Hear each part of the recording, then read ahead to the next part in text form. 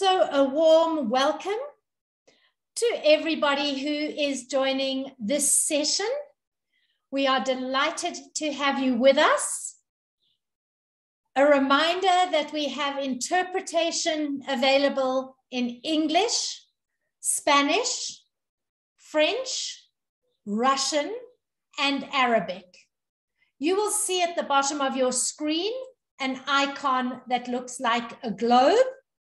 You will click on that and be able to select your language of choice for interpretation. So you are most welcome to this session. We will just give it a minute more while other colleagues join before we begin. So a warm welcome to everyone from around the world to this session on improving diets through labeling and marketing restrictions. We are delighted to have you with us. I do want to remind everybody that this session is being recorded. If you object to being in a meeting that is being recorded, we would have to ask you to leave the meeting. But the recordings are going to be made available on the Health Week website, so that other colleagues who are unable to join us today will also be able to still listen to this important dialogue and conversation. So a warm welcome to everybody. And as we get going, I'm going to tell you that this is the 7th out of 8 sessions in the Health Talk series that has been held as we prepare for the Nutrition for Growth Summit. The WHO and UNICEF are hosting this week-long series of webinars that focus on improving nutrition through a multi-system approach. If you missed any of the other sessions, and there have been some really excellent ones, you'll be able to go to the Health Week website and listen to the recordings of them.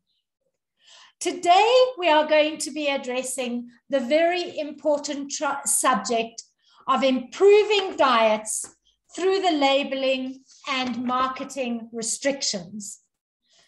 Both of these policies are really cost-effective and relatively inexpensive compared to behavior change interventions with individuals. And we know enough now to be able to act now. And as we head for the N4G with countries making commitments, here is an ideal opportunity for countries to consider a commitment around labeling and marketing restrictions.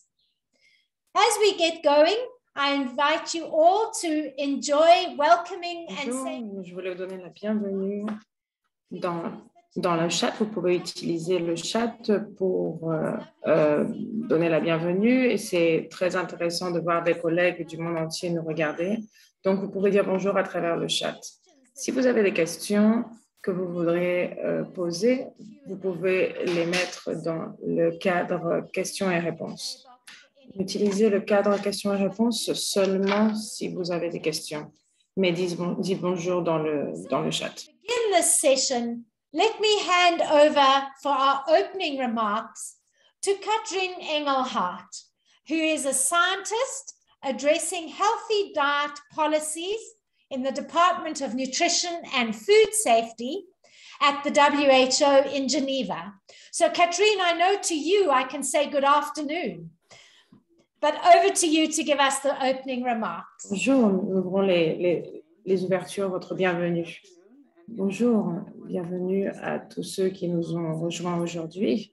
Comme vous êtes introduit par Jeanne, cette session va être pour améliorer l'étiquetage et les restrictions diététiques. Cette priorité, c'est pour pouvoir donner une diète plus sûre et pour ne laisser personne derrière.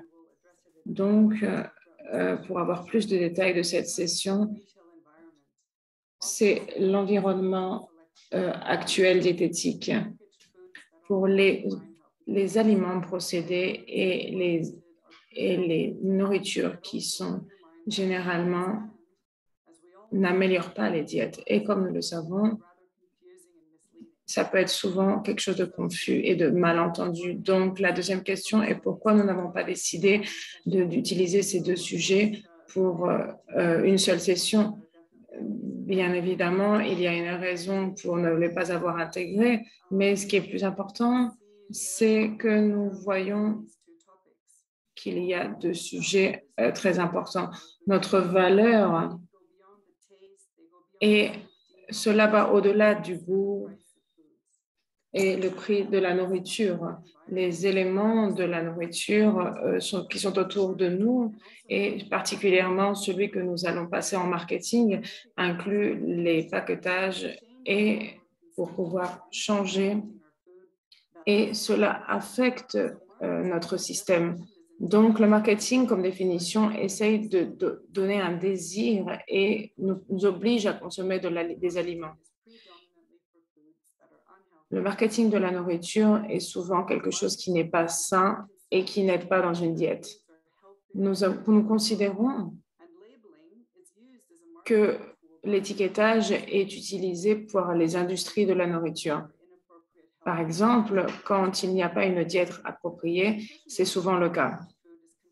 Et l'étiquetage des paquets est souvent la première communication entre les producteurs et les consommateurs d'un côté et les consommateurs de l'autre côté. Et cela souvent empêche les consommateurs d'avoir des informations claires et de prendre de bonnes décisions. Et le plus important,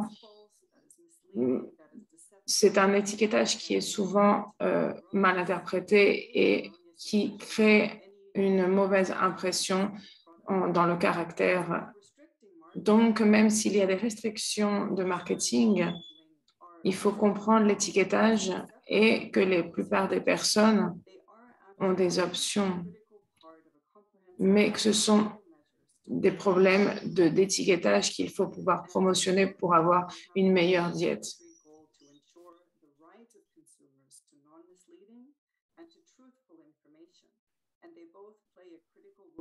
Ils ont tous les deux un rôle très important dans les valeurs de la chaîne.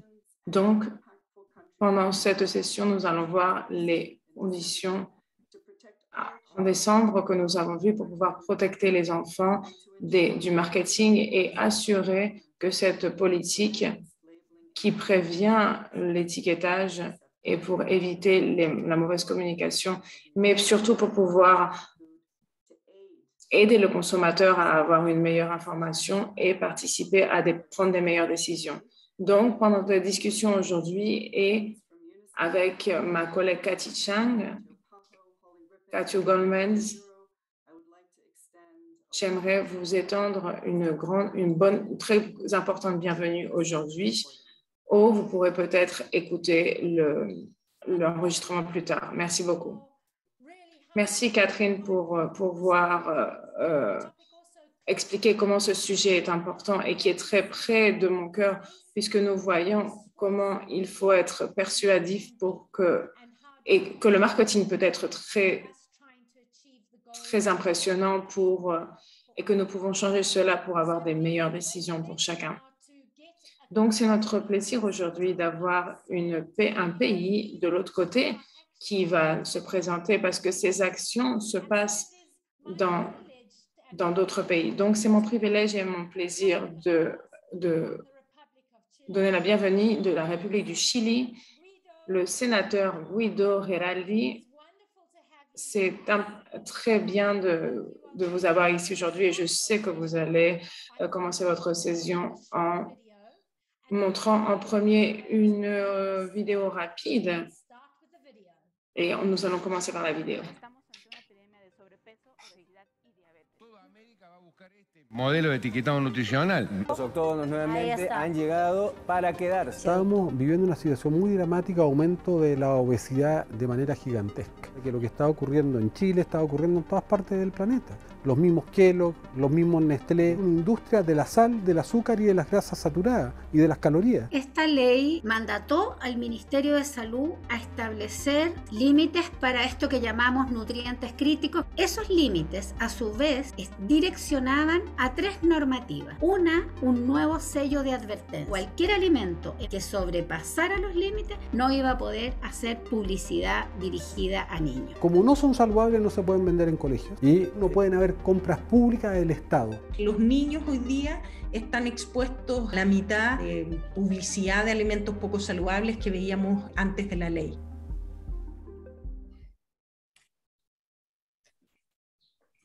Gracias. Senator, over to you. Merci, sénateur, c'est à vous. Bonjour, merci beaucoup pour l'invitation. C'est un des thèmes les plus passionnants et désafiants pour la santé dans le cycle 21. Je dirais que nous affrontons un des problèmes les plus importants que cette pandémie que j'appelle la pandémie silencieuse.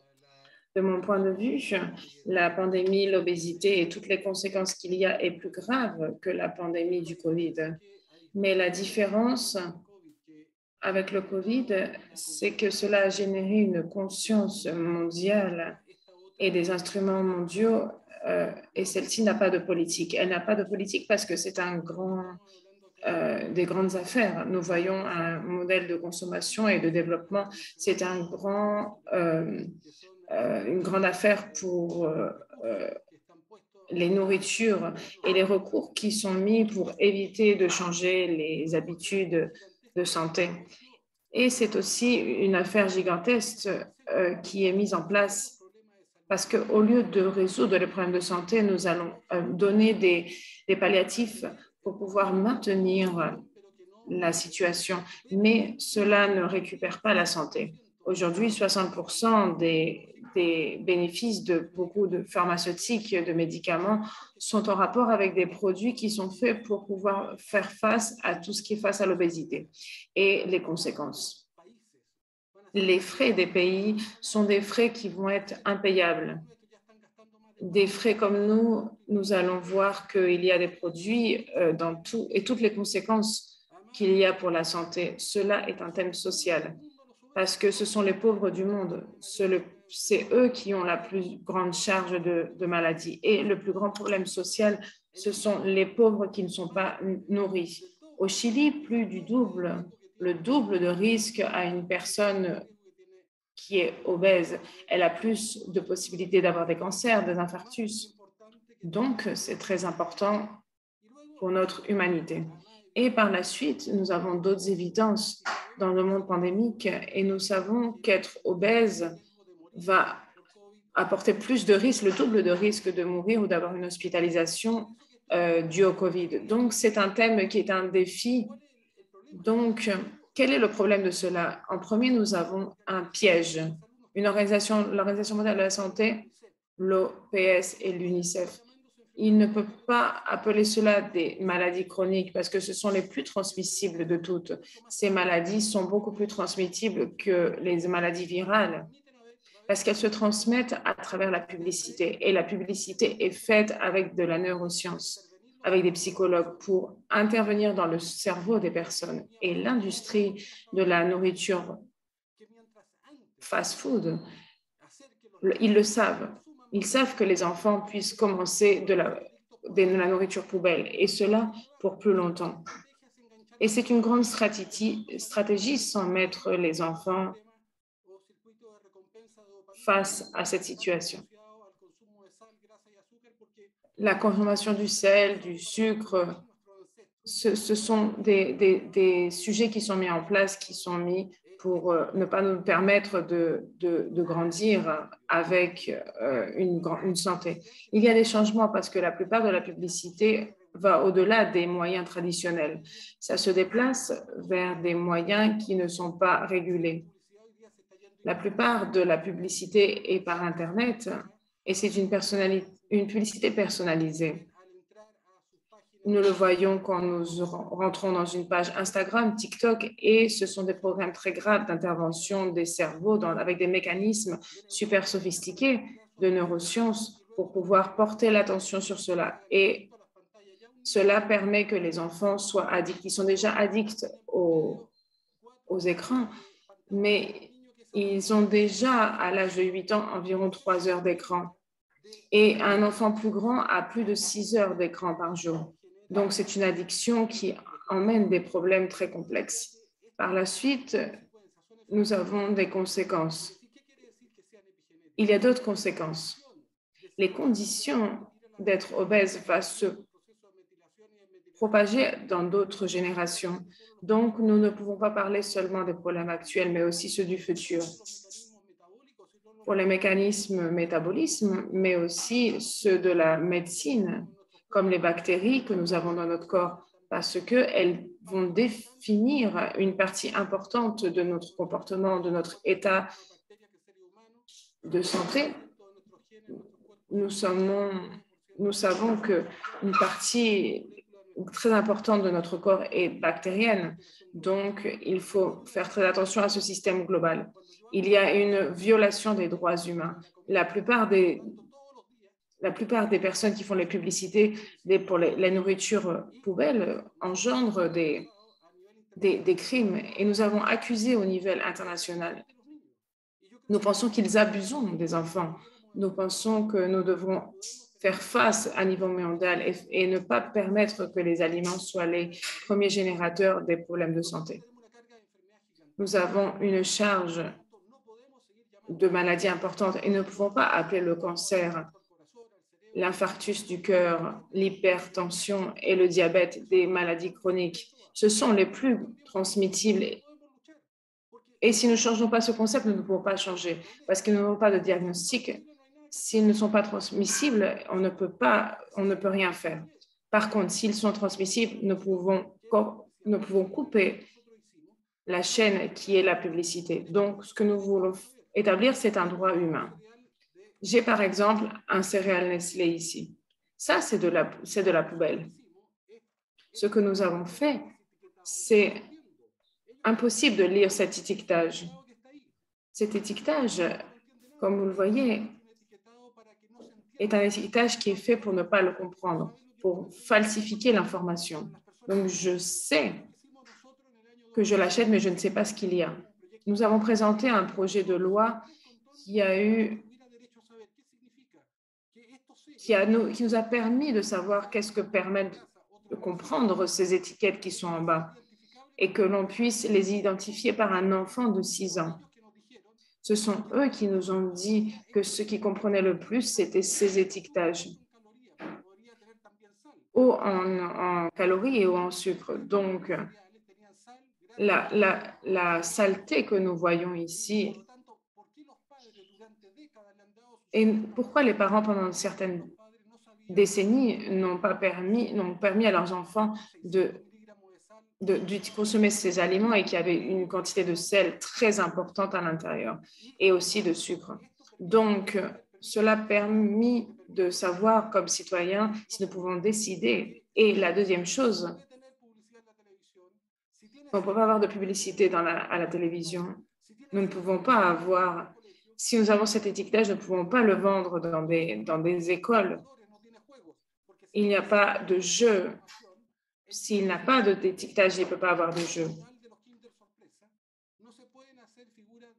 On ne peut pas faire des figures avec du chocolat ici au Chili avec le Papa Noël. Et c'est un écosystème pour que l'industrie puisse changer. S'il n'y a pas de publicité, elle ne vaut pas. Et donc, l'incentive qu'elle a pour baisser la quantité de sel et de sucre, parce que si nous enlevons l'étiquetage, nous revenons à la publicité. Et la publicité nous permet de ne pas comprendre l'information. Donc, il peut y avoir des achats de l'État. Donc, si nous enlevons l'étiquetage, il peut y avoir à nouveau des animations, des jeux sur leur étiquetage. Donc, il faut pouvoir couper la charge de transmission parce qu'il est interdit. Et le plus important, c'est qu'au Chili, cela a fait que presque 30% des produits ont été reformulés. Cela est important. Essayer d'éliminer ces entreprises et les changer à des entreprises qui soient plus saines parce qu'on peut.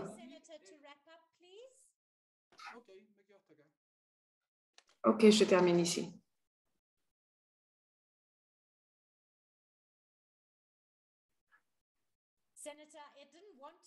Je ne voulais pas vous arrêter parce que vous étiez si passionné et cela était si important. Mais nous devons réellement passer à la chose suivante. Mais ce que je voulais vous entendre dire, c'est que c'est un droit humain et les consommateurs ont des droits de ne pas comprendre ce qu'ils mangent. Et ce que nous avons dit, c'est qu'une fois que tu passes cela, plein de compagnies commencent à reformuler une fois que nous passons à ces étiquetages. Je sais que vous allez être sur notre panel, donc je suis très contente d'avoir plus de conversations avec vous. Merci beaucoup, monsieur. Nous allons continuer maintenant d'un pays qui est expert et qui a passé beaucoup de temps à ce sujet particulier. Et c'est notre plaisir de donner la bienvenue à Bridget Kelly. C'est une associée professeure en nutrition publique en Australie. Bridget nous accompagne très tard le soir et nous sommes vraiment contentes de votre présentation aujourd'hui. Donc, vos 15 minutes vont commencer maintenant. Merci beaucoup. Bonsoir à tous. Bon après-midi. J'ai eu cette opportunité de pouvoir montrer un résumé des bonnes pratiques et de recommandations pour les polices relationnées avec l'étiquetage de la nourriture. Donc, protéger les enfants du marketing de la nourriture est une propriété par rapport aux gouvernements internationaux comme être une priorité pour la prévention de l'obésité. Les recommandations permettent de développer des politiques. Ces documents sont consistants sur les recommandations des politiques d'information et les processus du développement de l'évaluation. Et il y a aussi des évidences des pays dans le monde pour avoir une bonne pratique. Donc, l'évidence de l'impact de l'obésité. Le marketing de la nourriture a un effet où il y a une exposition au marketing qui emmène des changements dans l'attitude des enfants et par la suite, une exposition dans les points de vente et par la suite, l'achat et la consommation.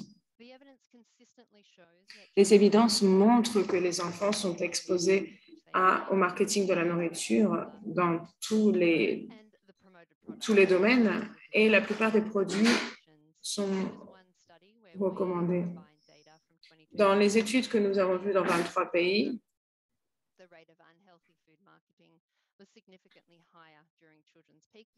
il y a eu une étude dans 22 pays et nous avons vu la quantité d'heures de télévision.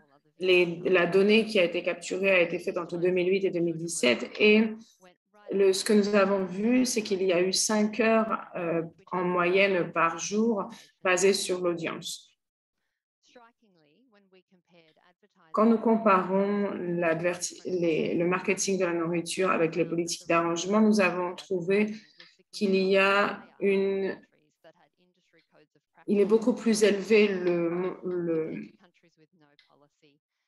le montant est beaucoup plus élevé dans les pays qui n'ont pas cette politique par rapport aux pays qui ont cette politique. Donc, il n'y a pas une grande différence, par contre, dans les...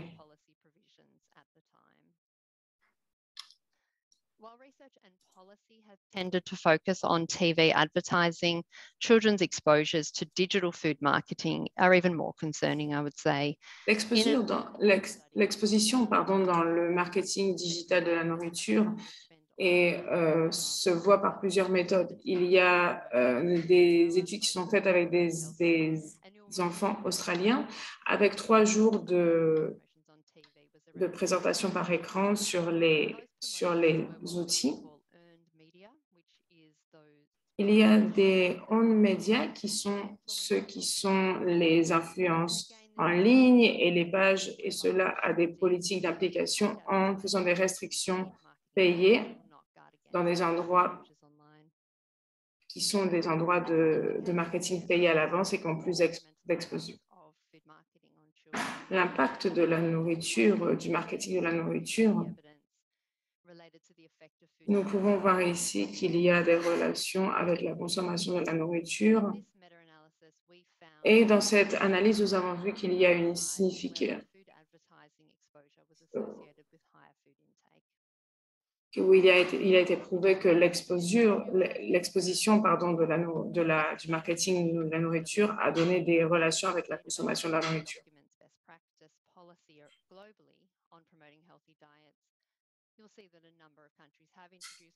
Vous voyez que plusieurs pays ont des régulations sur le marketing par la télévision de la nourriture.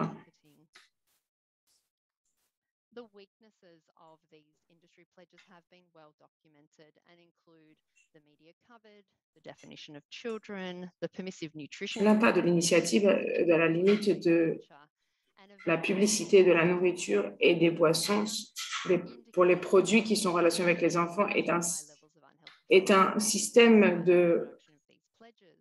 que nous voyons qui se répète souvent. Cela est un extrait d'un magazine.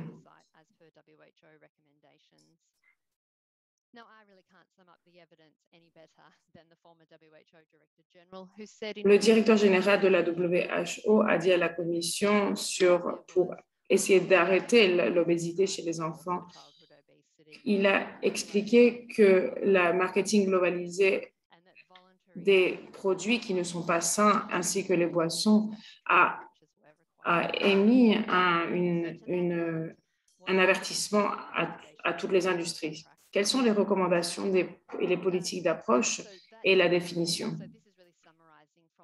Nous allons voir que nous avons résumé les documents que j'ai montrés plus tôt de comment développer les politiques.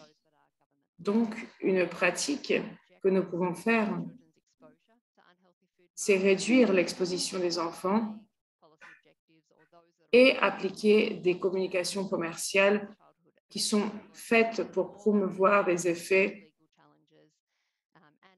et mettre des restrictions à cela pour éviter qu'il y ait une promotion de la nourriture qui n'est pas saine.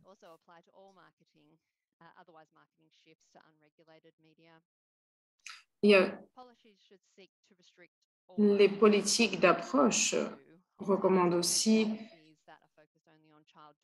de restreindre tout le marketing pour les enfants qui sont exposés au-delà du type d'audience, que ce soit un enfant ou pas. Par exemple, une personne de 18 ans ou moins, même si elle n'est pas dans la loi nationale, la définit comme une personne qui est adulte.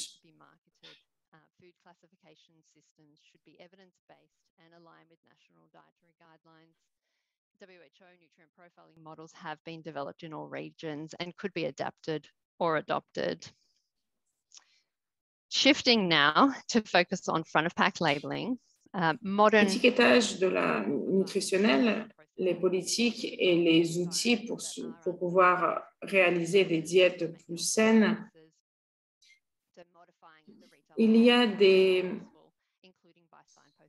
Nous pouvons voir que dans certains pays, il y a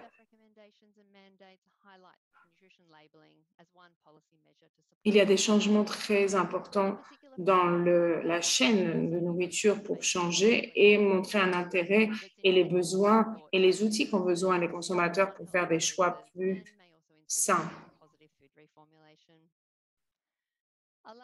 Voici sur cette présentation les types de FOPL, les systèmes FOPL.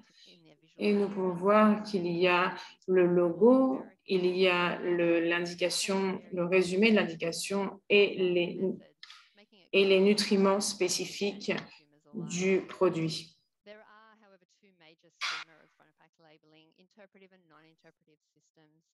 Il y a deux systèmes, le système interprétatif et non interprétatif. Et c'est celui-là qui peut donner des jugements sur la qualité de la nourriture par rapport aux nutriments, l'information des nutriments. Pour être plus spécifique, voici les logos d'endorsement. Within a product range, and those that don't meet a certain threshold or criteria have no label. So they're an indicator of healthfulness and not unhealthfulness. Donc, nous pouvons voir que cela peut apporter des indicateurs de système avec des résumés. Interpretive, nutrient-specific schemes typically present. Voici les logos d'approbation. Et concernant les nutriments, il y a certaines couleurs. Ça peut être apporter des jugements positifs ou des jugements non positifs. Voici aussi les systèmes non interprétatifs qui apportent des informations sur les produits, les quantités, les pourcentages et des recommandations pour les adultes. So the pathway of effects of front-of-pack labeling on supporting healthy choices is shown here. It links label use and understanding and application during food selection. Donc, la reformulation favorable pour les produits, nous voyons qu'il y a une recherche de l'information, une interprétation de l'information et une intention de trouver des produits meilleurs, acheter le produit, l'ingestion de diététique et les conséquences concernant la santé. Comme j'ai un temps limité, je vais faire un résumé des événements concernant cela. Concernant un résumé que j'ai fait pour la WHO, nous allons essayer d'interpréter l'étiquetage et les politiques dans tous les pays pour pouvoir faire une différence. Voici sur la carte les produits dans lesquels nous avons fait des évaluations. Nous avons vu que la plupart des consommateurs ont été influencés par le FOPL et qu'ils ont essayé de faire des décisions plus saines concernant leur consommation. Et surtout pour éviter les éléments qui ne sont pas sains. Il y a eu des informations que certains qui ont eu des préférences pour obtenir des produits qui ont des logos d'approbation qui étaient rapport avec leur achat actuel. Et les logos de l'approbation sont associés à un prix généralement qui est plus élevé.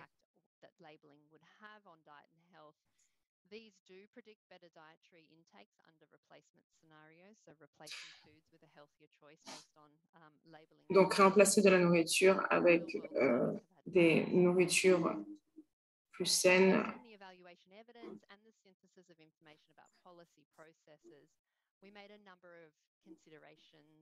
Nous avons fait un nombre de considérations. Nous avons considéré qu'il y a des adoptions de review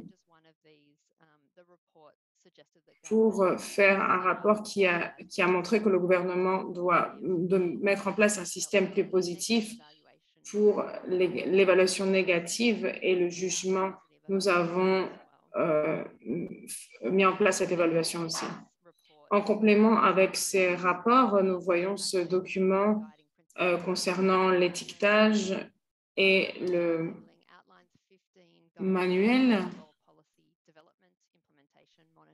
Il y a une interprétation. Il est montré que le système FOPL doit être interprété.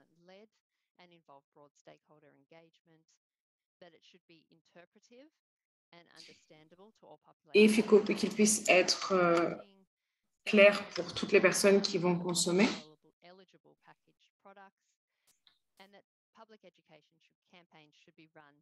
Et que la plupart des campagnes éducatives publiques doivent suivre ce système-là. Les méthodes de profil concernant les nutriments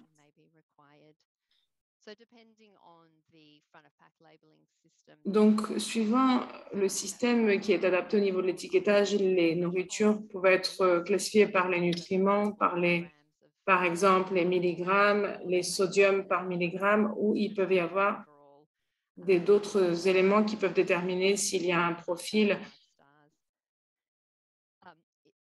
sain ou pas sain.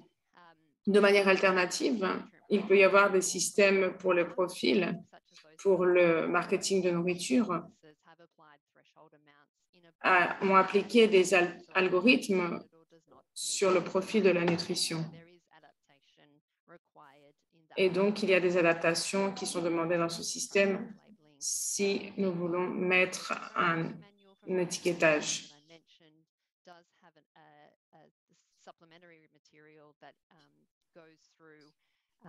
Nutrient profiling methods and the processes for adapting or adopting models. And finally, but by Et pour terminer, nous allons parler des droits humains pour la prévention et le contrôle de la manque de nutrition.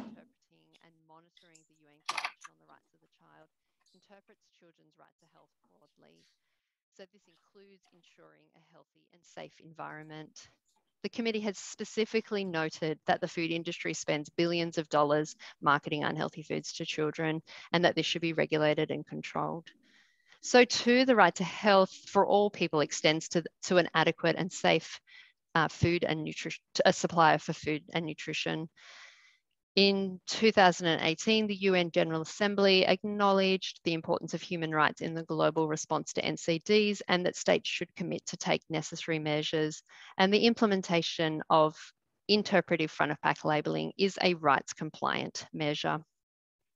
So thank you so much for your time. And Merci beaucoup pour votre temps et je vous souhaite le meilleur pour la continuation de la session et je peux répondre quelques questions par email ou pendant le panel. Merci d'avoir fait un voyage à l'autre côté du monde pour cela. Et c'est incroyable de voir comment l'évidence a augmenté.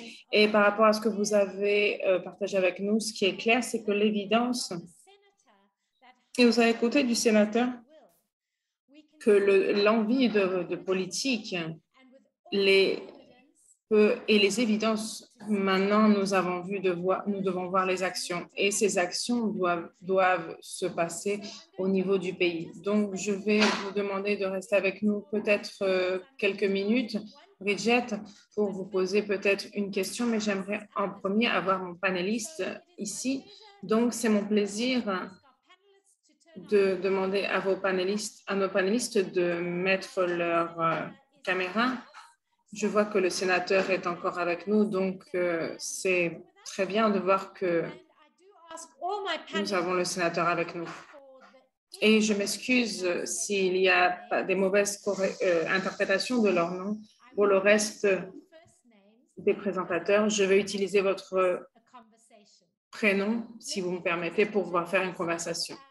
Je vais vous introduire en premier le docteur Saipin Chotibetin, qui est le directeur du bureau de nutrition au département de santé du ministère de la République de la Thaïlande. Il y a aussi nos collègues du Mexique, le docteur Villa,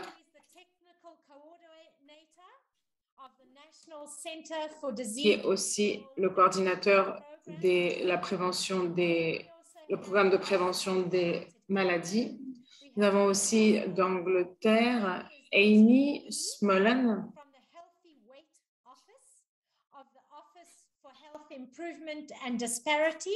qui est du bureau pour l'amélioration de la santé et de l'Angleterre. Nous avons depuis l'Israël notre collègue Ronit Andevelt, qui est le directeur de la division de nutrition des services de santé publique du ministère de Santé de l'Israël. Et nous avons depuis la France Roxane Berjaoui, qui est, je suis sûre que j'ai dû le dire mauvais, mais vous pouvez me dire, vous êtes bien la bienvenue et vous êtes dans les affaires internationales, conseiller des affaires internationales du ministère de Santé de France. Et nous avons deux collègues aussi de l'Arabie Saoudite et c'est vraiment très sympa de vous avoir. Nous avons Faisal Fahad qui est le directeur du département de la santé de la santé, de la nourriture de la santé, et nous avons Tagrid Mohamed Al-Fouraid, qui est un spécialiste des régulations et des standards. Donc, c'est très génial de vous avoir tous avec nous. J'aimerais vous demander, Roxane, si vous pouvez parler en anglais. Notre interprète.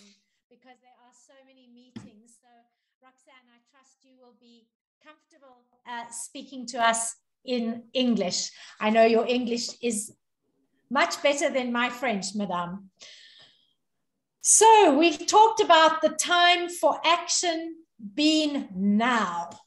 And what is exciting is that we could have so many country colleagues join us. Nous avons tellement de collègues de plusieurs pays qui vont parler des actions qu'ils vont faire. Mais une fois que nous allons avoir... J'aimerais vous poser une question, Bridget, d'une de nos collègues, et elle a demandé de partager avec nous quels sont les coûts que l'industrie doit prendre en compte pour pouvoir avoir des étiquetages de produits au niveau de la nutrition. Donc, on pense que c'est peut-être impayable, mais on aimerait voir un petit peu c'est quoi avec vous, Bridget. Merci pour la question. Je pense que d'autres pourront peut-être mieux s'adapter à répondre à cette question.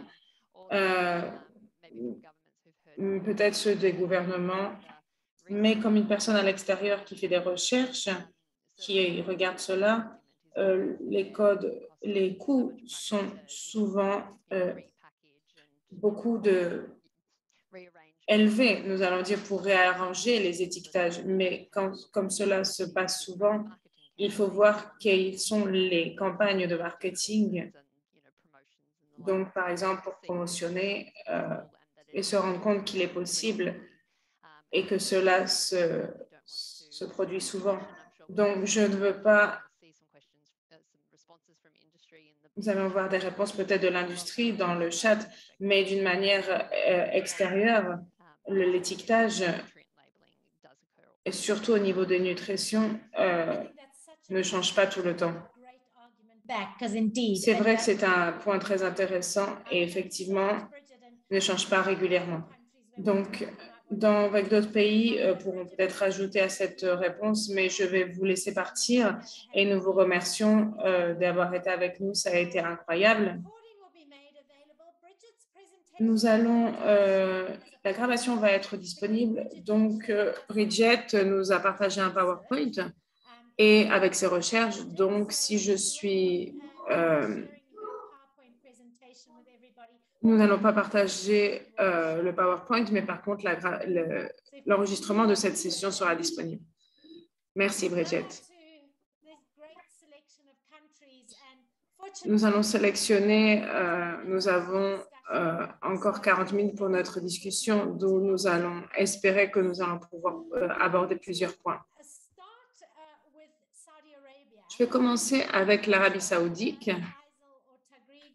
Je ne sais pas si Faisal ou Tagrid, donc je vais vous laisser décider qui va la prendre. Nous avons entendu pendant la session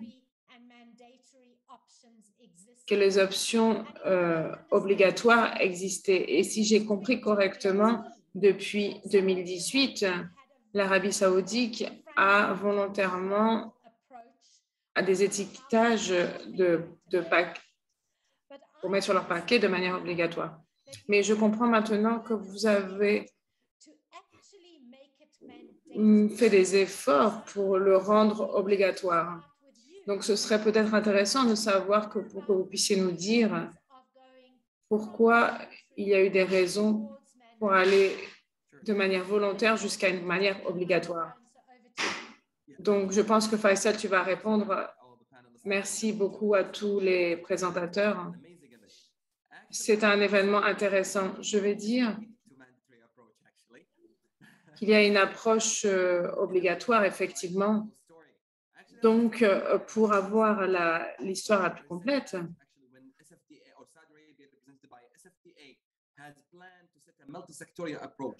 le SFDA a fait une approche pour pouvoir, comme vous le savez, par rapport à nos statistiques et le département de santé,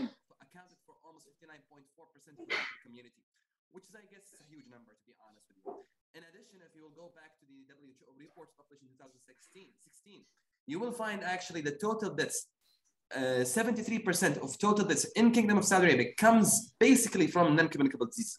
So I guess we need to take an action, to be honest with you.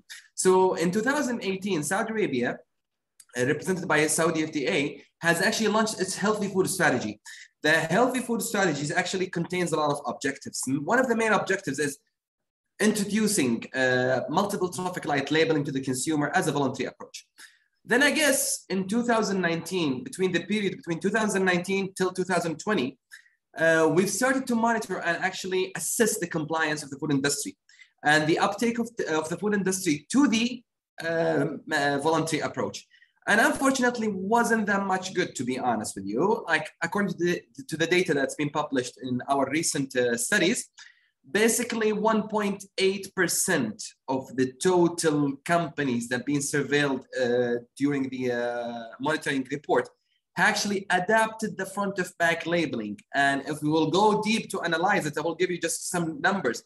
Like we've assessed almost 4,335 food companies, and only 80 companies of the 4,300 had actually front of pack labeling. If you will go deep inside to the 80 companies, 65% of these companies, or sorry for that, 59.4% of these actually companies had the general daily guidelines allowance.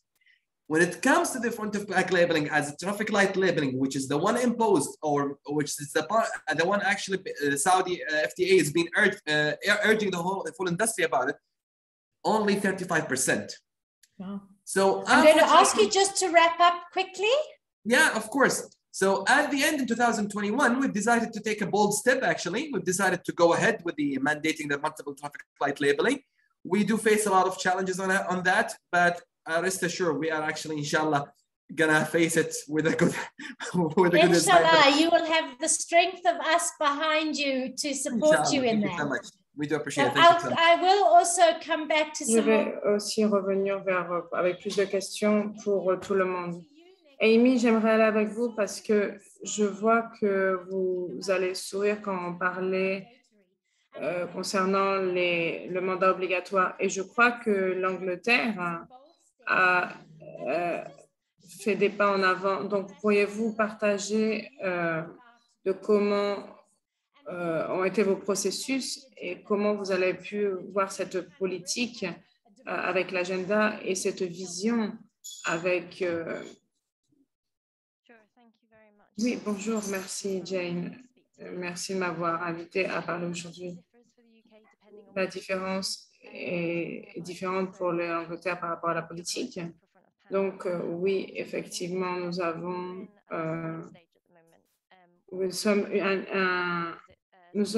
actuellement, nous écoutons. Nous avons une position différente à l'Arabie saoudite.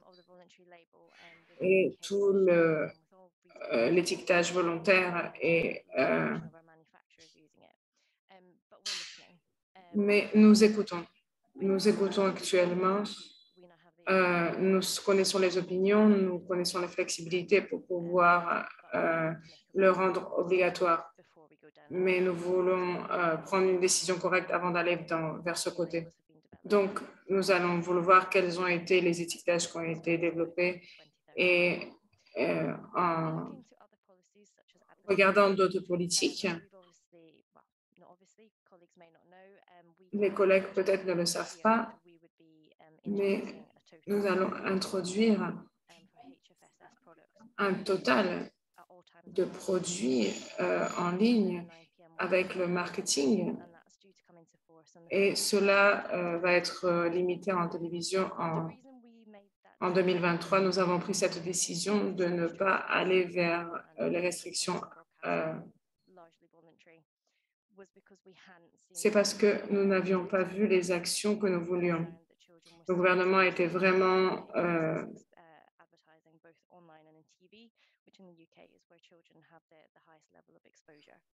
l'exposition des enfants en Angleterre est très élevée. Et donc, vous avez peut-être écouté les responsabilités du ministère de la Santé. Donc, nous essayons actuellement de changer. Nous ne voyons pas les enfants protégés. Donc, nous sommes en train d'inclure des régulations. Nous prenons des actions régulatives aussi avec des restrictions. Et nous avons récemment des mandats aussi pour les organisations les plus grandes. Donc, la réponse de la question dépend par rapport à l'industrie et les actions qui ont été prises. Et nous allons décider notre approche par rapport à tout cela. Donc, d'un côté, vous avez une bonne réponse d'un côté. Donc, par rapport au marketing et la promotion, il n'y a pas eu la même réponse. Donc, c'est intéressant. Je crois que le sénateur Guido, vous devez partir bientôt, mais je crois que vous avez écouté certaines personnes parler aujourd'hui. Et la question, c'est est-ce que une question qui est dans notre chat actuellement d'un de nos collègues, pardon, le sénateur, quels sont les arguments de l'industrie concernant ce type d'étiquetage? Donc, qu'est-ce que vous avez entendu concernant l'industrie de pourquoi cela ne devait pas se passer? Je pense que l'industrie, il ne faut pas parler avec la transparence. Il y a une industrie dans le monde politique. Ce que l'industrie veut, c'est l'autorégulation.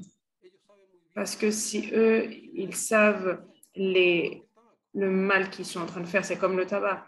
Donc, nous ne pouvons pas parler d'autorégulation.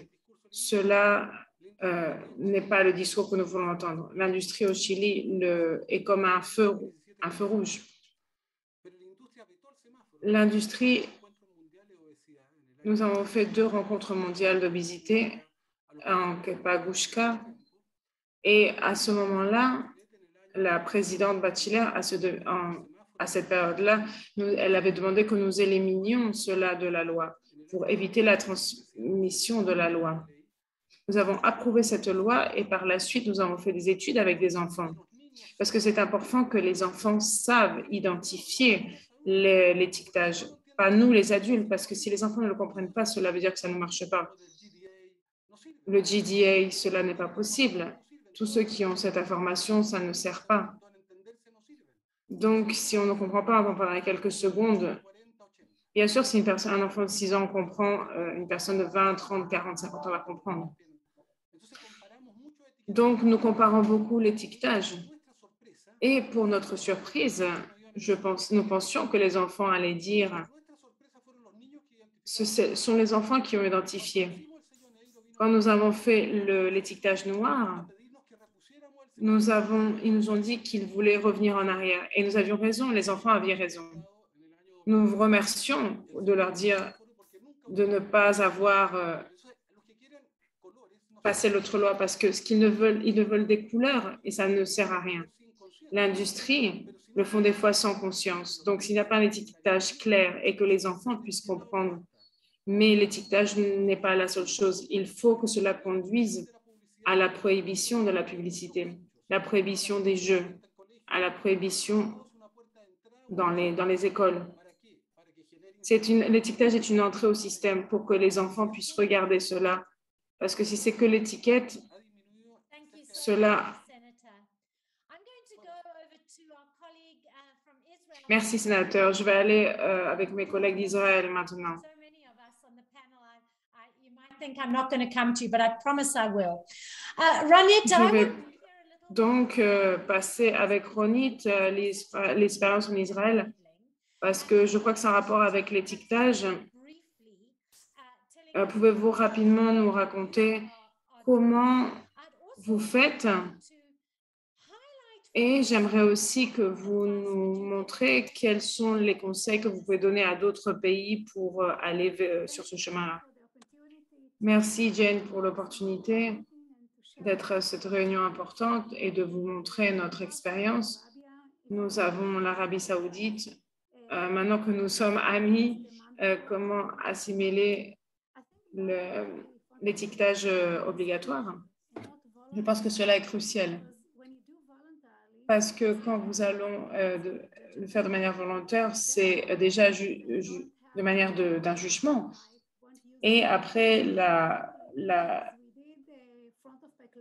ce que nous faisons, c'est que sur l'étiquetage de vin, nous mettons eau en sucre, en sel, et nous avons fait un qui est vert pour les produits sains,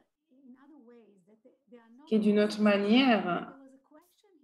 Il y a une question, et la question est comment nous marquons ces aliments. Et ce que nous avons fait, c'est que nous marquons avec le vert, l'étiquetage vert dans les produits qui ne sont pas ultra procédés.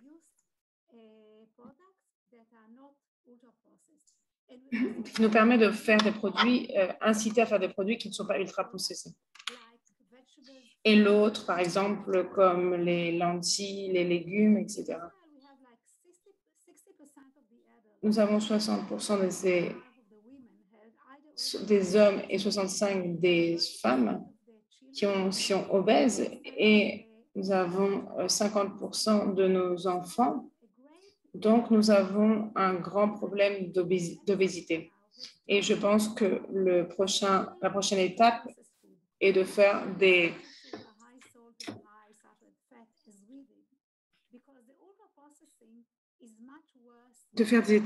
un étiquetage pour les produits ultra-procédés. Quand la nourriture est procédée, cela donne une sensation que nous allons hésiter. Donc, je pense qu'il est très important. Et ce n'est pas seulement l'étiquetage de devant qui est suffisant. Il faut aussi une régulation complémentaire. Et en arrêtant le marketing vers les enfants, je pense que nous devons penser d'arrêter le marketing des produits ultra procédés pour tout le monde. Comme, par exemple, ne pas accepter, c'est comme dire que tu ne peux pas faire pipi dans la piscine à cet endroit-là. Il faut pouvoir le faire de manière générale. Quand c'est comme l'enfance arrête, par exemple à l'âge de 18 ans, et les adultes, l'influence du marketing.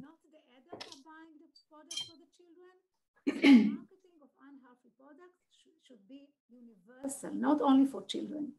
Thank you so much, Ronita. I'm sure I will come back to you, but I want to now go to our colleague Roxanne from France, because Roxanne, it would be good. And then don't worry, Mexico and Thailand, I'm coming to you next. Si Mexico et Thaïlande viennent après vous.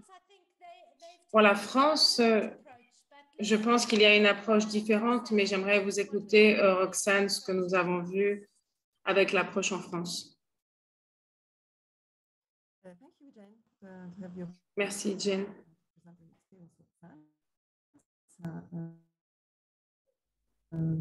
So I try to do my best in English. Je vais essayer de faire mon mieux en anglais. Have the French translation. No, it's okay. France chose la France a choisi en 2016 packaging known as Nutri-Score because it was being showed to be the most effective system. Roxanne, can we ask you to speak a bit louder? We're battling to hear you. Yes. So as you know, France chose the Nutri-Score from the fact Netherlands. It's okay like that or not? Maybe you can move your microphone closer. Let's see.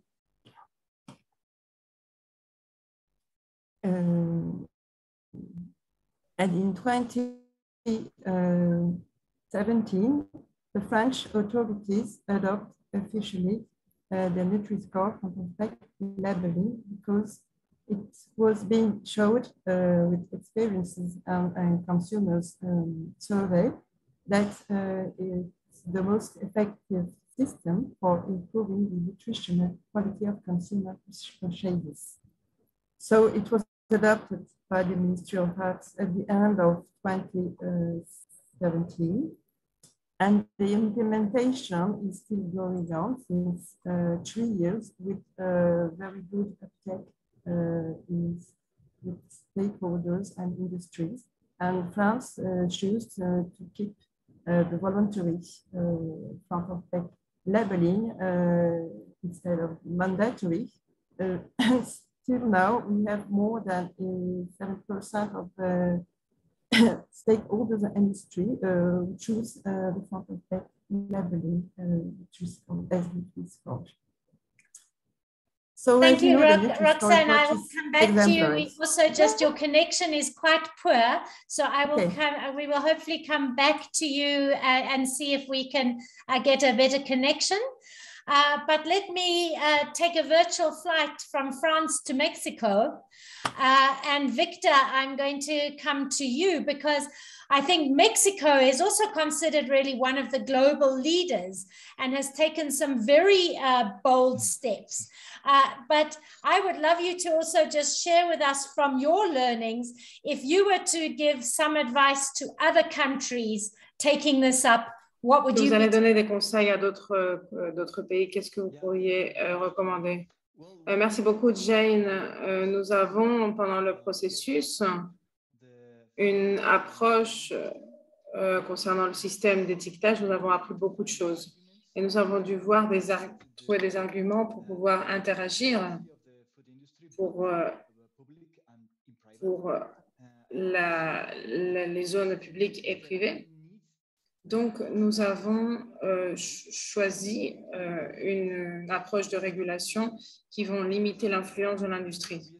Parce qu'au début, nous avions commencé avec le processus dominé par le ministère de l'économie. Nous avons vu que l'industrie avait une voix de manière égale avec le secteur de la santé.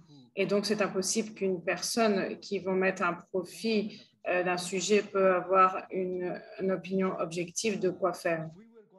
Donc, si nous allons le faire à nouveau, nous devons le faire de cette manière-là. Et je vais suggérer faire cela.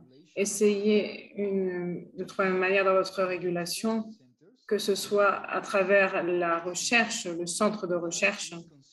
Qu'est-ce qui est considéré comme une valeur basse au niveau de la nutrition? Essayez de le rendre légal. Et après, vous allez vers le ministère de l'économie pour l'étiquetage de la nourriture. Et vous avez ces outils qui sont mis en avant à l'avance. Donc, quand vous allez voir, c'est en rapport avec le système de comment aviser le consommateur et pas les critiques des valeurs. Nous avons eu des discussions avec les dernières personnes. Quand nous avons publié cela, l'industrie a pensé qu'ils pouvaient changer cela. Et je dois vous dire que si ce n'était pas parce que le gouvernement a changé ou qu'après que le président le président a changé cela à un sujet de santé publique, probablement nous ne sommes pas où nous sommes actuellement. C'est vraiment... c'est difficile de dire que vous avez compris cela d'une manière difficile, mais le faire d'une manière assez facile et rapide, c'est très important. Donc, merci beaucoup, Victor. Avant d'aller avec le docteur Saipin, Amy, j'aimerais revenir vers vous parce que quand je vais parler de Saipin, je vais parler de marketing à nouveau. Et j'aimerais... il y a une question dans le chat.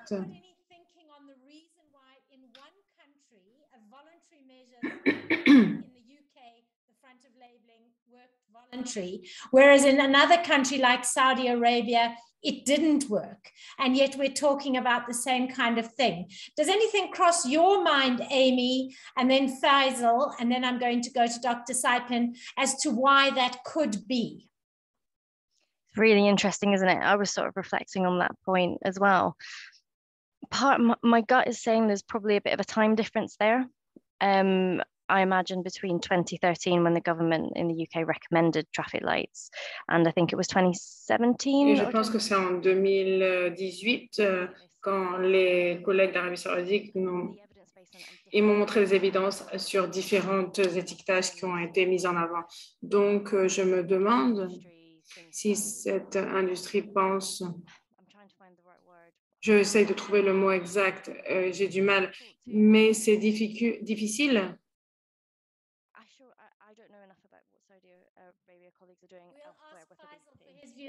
Nous allons demander à Faisal son point de vue, mais je pense que le problème du temps n'est pas peut-être l'un de ceux-là. Mais effectivement, c'est intéressant. On this one. Yeah, for sure. I think, in my opinion, to be honest with you, I have to say it frankly. Quel est votre point de vue, Faisal? Je dirais que 80% de notre nourriture ici, concernant, il n'y a que 10 à 15%. Beaucoup de pression vient en dehors du pays. Et vous savez que dans l'industrie, il n'y a pas seulement beaucoup de compagnies, donc nous avons une pression. Dans mon opinion, quand je dois le dire, nous sommes allés avec des représentants de l'Angleterre et ils nous ont dit que la nourriture locale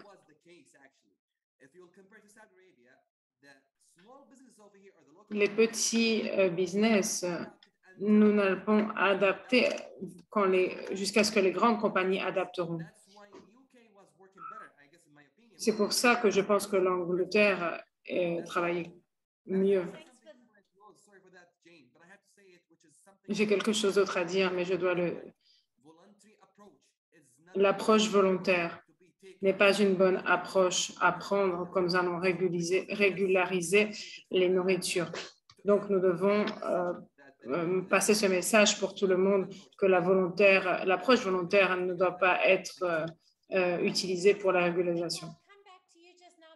Et Victor, j'ai deux autres personnes qui n'ont pas eu la chance de parler.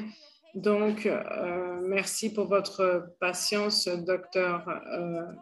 Saipan. Nous allons parler de régulation de marketing et la Thaïlande est dans le processus de cette aventure. Donc, racontez-nous un petit peu l'histoire de la Thaïlande quand vous avez entendu que il y a concernant l'étiquetage, le marketing, c'est obligatoire, il y a une régulation. Racontez-nous comment ça s'est passé. Merci, Jane. C'est très intéressant de parler et merci. Et que je pense que j'ai une bonne opportunité d'écouter de l'opinion d'autres personnes. En Thaïlande, nous avons commencé le processus en 2019. Et l'obésité des enfants est devenue un problème de la nation depuis 2009. À ce moment-là, nous avons mis en avant l'agenda de l'obésité chez les enfants face à l'Assemblée en Thaïlande. Et il y a eu une résolution et la première a été que l'étiquetage nutritionnel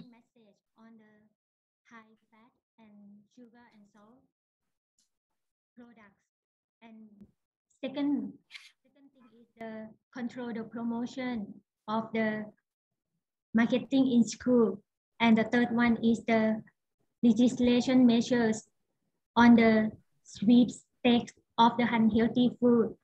Anyway, since then until now, many things have happened. Beaucoup de choses se sont passées depuis ce moment-là, comme les différences dans l'école. Nous avons aussi les régulations du sucre et la technologie pour essayer que pour pouvoir développer envers les personnes des applications pour que les personnes savoir si quelque chose est bon ou pas bon et avoir des choix plus sains pour le processus d'un processus volontaire. Les représentatifs en Arabie Saoudite, je sais ce qu'il dit en Arabie Saoudite de la beauté.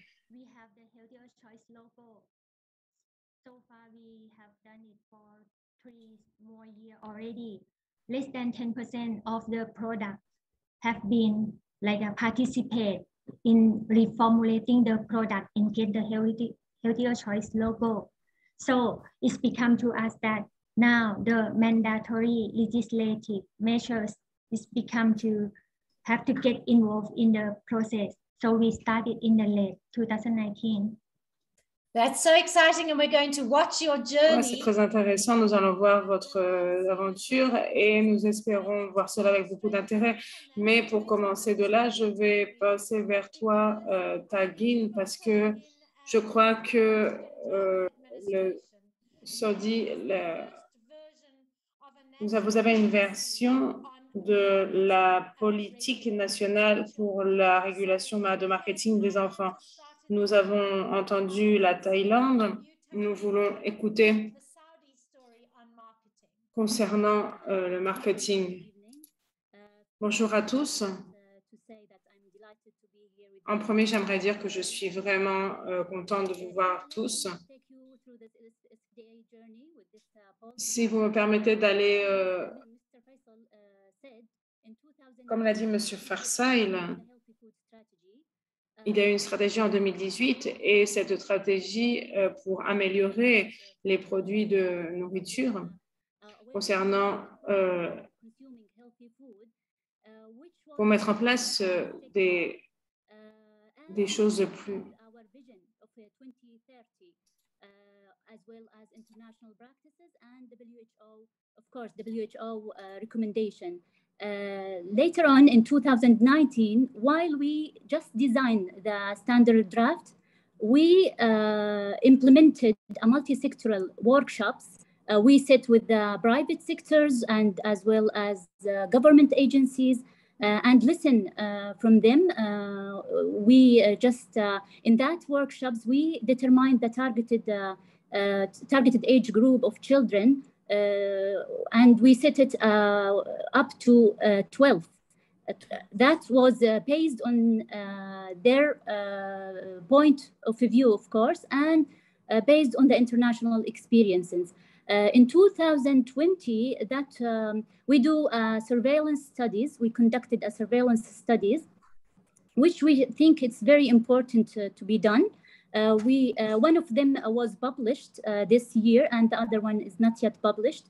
From these studies, if you want, I can give you further information from that studies. In brief, I just want to say that the result of these studies, we just found that over 90 of food products were low in nutritional value. Just let me tell you, the first study was we want to assess the nutrient content of prepackaged food that have cartoon character on the label or having toys. The other surveillance was, or we just want to review the marketing of unhealthy food to children in social media, specifically in the YouTube, because we just believe that digital media now, it's an integral part of our children's lives. We do know that they use it now for education, access information, for even for their leisure time. Children nowadays, they use the social media as much as us adults. So in keeping that in our mind, we just conducted this study. We review the YouTube channels that we can say channels and videos that appeal to children.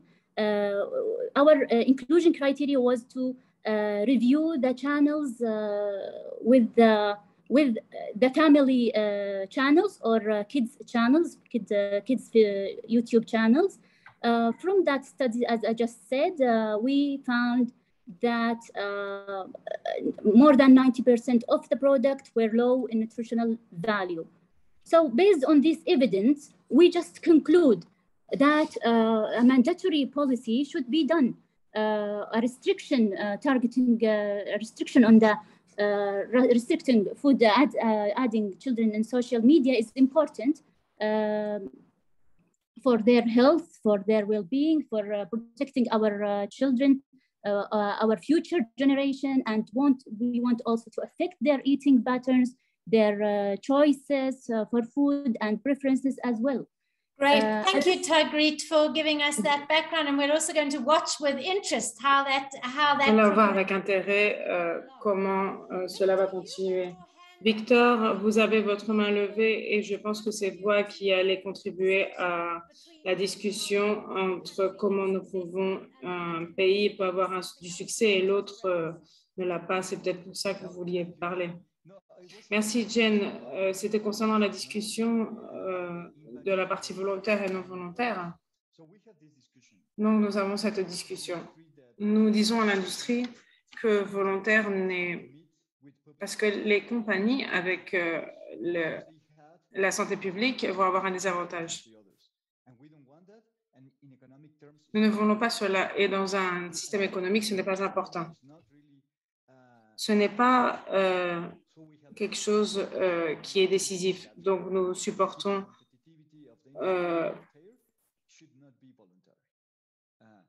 nous pensons que cela ne doit pas être volontaire. Et concernant, ils disent qu'il y a des barrières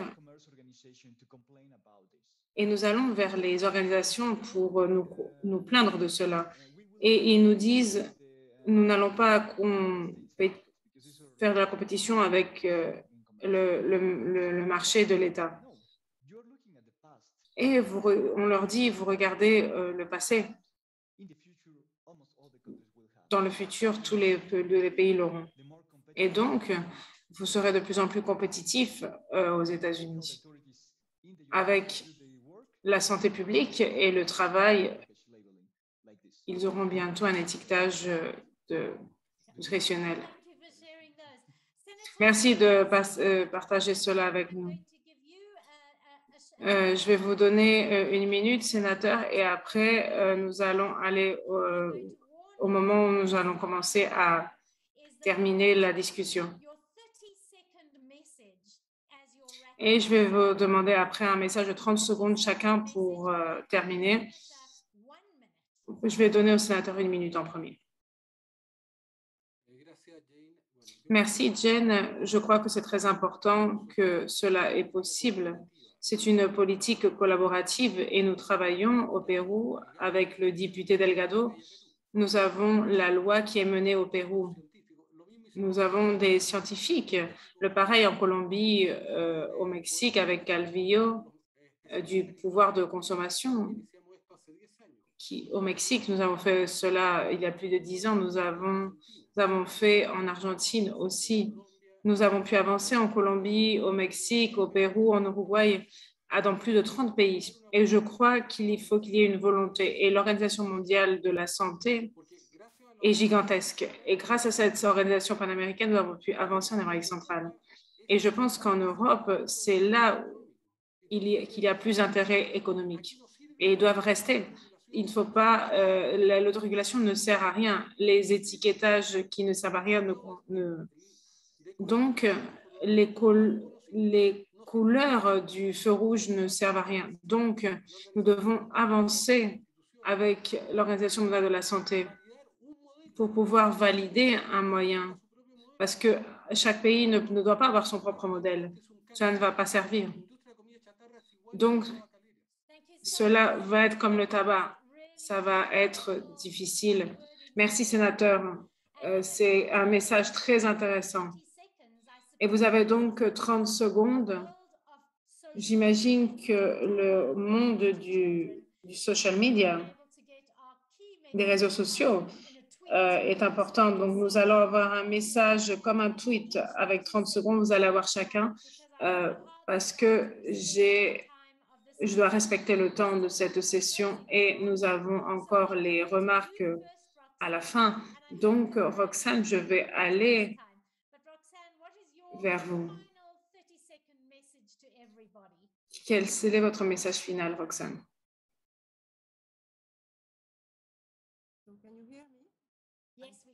Vous pouvez m'entendre? Il y a une mauvaise connexion. Mais 30 secondes, message de 30 secondes? Oui. Je veux juste dire que comme mes autres collègues, nous faisons partie d'un network international.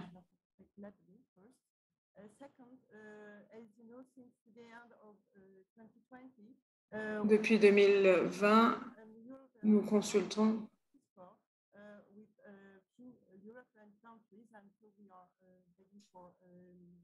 going on and diffusing the cross-country action. So we have actually Belgium, Spain, Germany, Netherlands, Switzerland, and Luxembourg.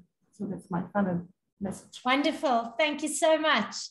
Ronit, I saw you and I said 30 seconds, quickly writing down what you were going to say in your 30 seconds. Let's hear it from you. Okay. À vous, Ronit. J'aimerais dire que nous devons être les leaders du système de nourriture et pas être menés par l'industrie. Et nous devons penser avec 2 pas en avant de ce qu'ils font. Il faut être unis et l'explication, l'exemple d'unir tous ces pays ensemble, c'est un exemple très important de comment nous pouvons unifier et avoir des pas très importants pour... Thank you. Amy, you've got 30 seconds. How are you going to use yours? Amy, vous allez utiliser vos 30 secondes. Oui, je vais juste dire 3 choses. Être proche des données et des évidences, être proche des avocats et penser 2 pas en avant, penser à l'évaluation en Angleterre parce que nous avons la même situation que dans 5 ans, nous allons avoir d'autres restrictions aussi. Tagrid, qu'est-ce que vous allez dire pendant vos 30 secondes? J'aimerais juste dire que d'une manière de mon expérience, nous devons faire des ateliers avec le secteur privé et aussi c'est conduire de la surveillance nationale. Great use of 30 seconds. Merci, très bien. Dr. Saipan, qu'est-ce que vous allez dire pour nous? Je voudrais dire que other measure is not done accordingly. So I just say that the thing that I think is more important, like to create the health literacy of the people, of the consumer, to let them know that it's their right, that they're gonna have to make this to be the environment that have the healthy diet for them. Thank you. That's a lovely new addition to the thoughts. So thank you. Faisal, you and Victor, you're getting last word. Yeah, Faisal. sure. Yeah, thank you so much. Just I want to say something that the community should be on board when drafting. Je veux dire que la communauté doit être en ordre avec les politiques et donc à la fin, toutes les politiques doivent être menées par la demande publique et la communauté doit appuyer puisqu'il y a des défis. Donc, nous devons travailler pour les 2. Pour le consommateur, pour l'industrie, pour faire plaisir aux consommateurs et nous pour protéger le consommateur. Merci beaucoup. Victor, votre 30 secondes.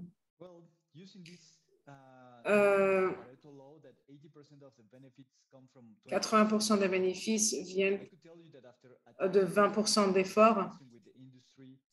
Après avoir discuté avec l'industrie et en négociant et mettre en avant ce qui est le mieux pour la santé publique, 80% des bénéfices sont basés sur les complaintes des industries de régulation de l'étiquetage et viennent de l'usage des jeux et des cartoons. et en rapport avec l'industrie, ce sera le plus important, la donnée la plus importante. Je pense que si nous serions dans un auditorium, il y aurait tout le monde serait en train de se lever pour vous féliciter. Avec toutes ces expériences que vous avez partagées de la part de tout le monde, de tous ceux qui écoutent, nous avons plus de 100 personnes qui participent et nous sommes vraiment contents. Nous sommes vraiment, nous vous félicitons pour cette incroyable session. Nous aurions pu continuer, mais nous sommes vraiment continuer vos aventures. Donc, comme nous allons terminer à la fin de cette session et nous avons plus de 5 minutes qui restent, je vais passer la main à Catherine. Cathy est l'associée légale à l'UNICEF et je crois que vous avez écouté et ça a été très intéressant. Donc, quelles sont vos remarques de fermeture?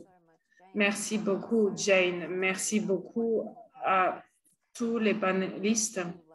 Je pense que ça a été vraiment un plaisir aujourd'hui d'avoir ce groupe de leaders de manière globale qui ont été en avant et qui changent notre système de nourriture et comment ils travaillent. Pas seulement cela, mais aussi donner des conseils aux autres pays et des expertises pour aider les autres à faire cela aussi. Je pense que pour moi aujourd'hui, la première chose, c'est que la remarque au début de cette pandémie et la pandémie d'une mauvaise nourriture qui nous emmène à des maladies chroniques, cela a été mis en place par le marketing, par le mauvais étiquetage. Et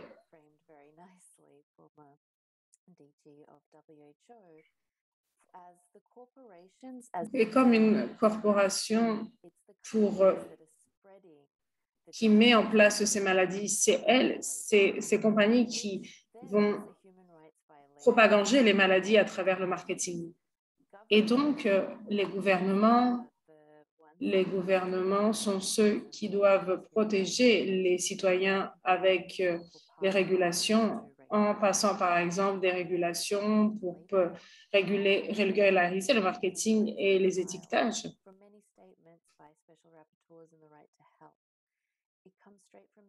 Cela vient directement des droits humains et c'est une obligation pour les gouvernements d'aller au-delà de ces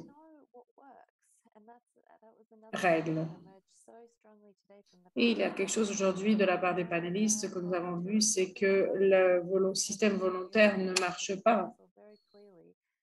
Il est très clair que nous savons que l'industrie et le système de limite n'est pas efficace. Donc, nous devons pouvoir écrire des politiques. Nous savons comment cela marche et comment cela fonctionne et nous savons que la plupart du temps, les collègues du Mexique, nous avons profité de ce marketing dans de larges en développant ces règles. Donc, nous savons comment cela marche. Mais de manière plus importante, nous avons cette communauté d'experts, d'avocats, vous du chat, qui avez partagé tellement avec des conseils et tous les présentateurs qui ont offert leur temps et leurs conseils pour les pays, pour voir ce qui marche dans leur propre pays. Et ils offrent l'aide d'autres pays pour ceux qui le veulent. Donc, il n'y a pas d'autre raison pour attendre. Ces pratiques sont de plus en plus disponibles et nous avons tous les outils pour les utiliser. Ça a été une session très intéressante. Nous remercions les participants et merci à Jane, notre modératrice, et tous les collègues qui nous ont accompagnés aujourd'hui. Merci beaucoup. Merci, Catherine. Et je crois qu'on n'aura pas pu le dire mieux, mais merci à toutes les conversations sur le chat et tout ce qu'ont partagé les gens. J'apprécie énormément que vous ayez pu participer à cette session Et nous remercions aussi Jürgen, qui a été derrière les scènes, non seulement par cette session, mais toutes celles de cette semaine. Donc, nous allons respecter notre temps comme nous l'avons promis. Donc, les 90 minutes ont terminé. Donc, j'aimerais dire que les actions commencent maintenant, ne pas arrêter. Utiliser ce que nous avons pour développer et mettre en avant le travail. Et à la prochaine fois, restez tous sains et à bientôt. Thank you so much. Thank you. Bye. Merci beaucoup. Thank you so much.